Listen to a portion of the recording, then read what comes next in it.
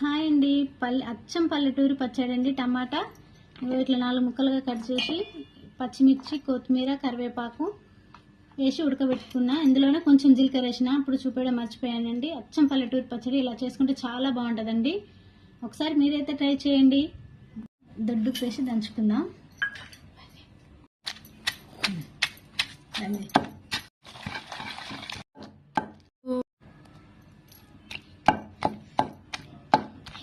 అండి మా ఇంట్లో అయితే అందరైతే మ్యాక్సిమం ఇదే ఇష్టపడతారు.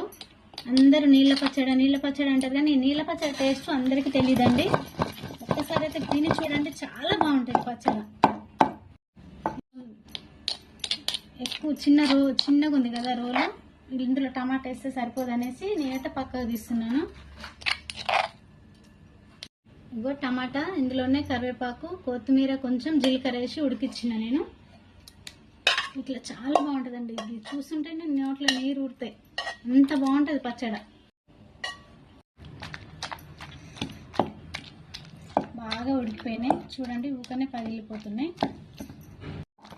చూడండి, ఇది నూరుతుంటేనే అసలు ఇప్పుడే తినాలనిపిస్తుంది, అంత బాగుంది. చూడండి ఎంత బాగుంది పచ్చడి. పచ్చికారం ముద్ద,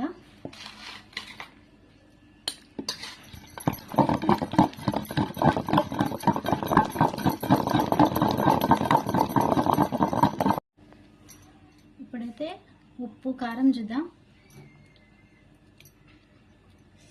బాగుంది, కొంచెం ఉప్పు పడుతుంది. సరిపడింది కొంచెం ఉప్పు అయితే.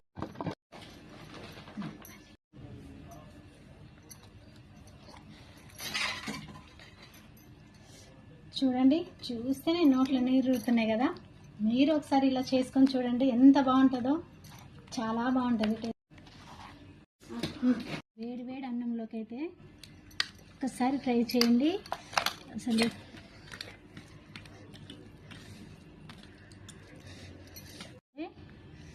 మా పిల్లలకి ఒక్కసారి అచ్చం పల్లెటూరి పచ్చడా. ఓకేనా? మీరు ట్రై చేయండి.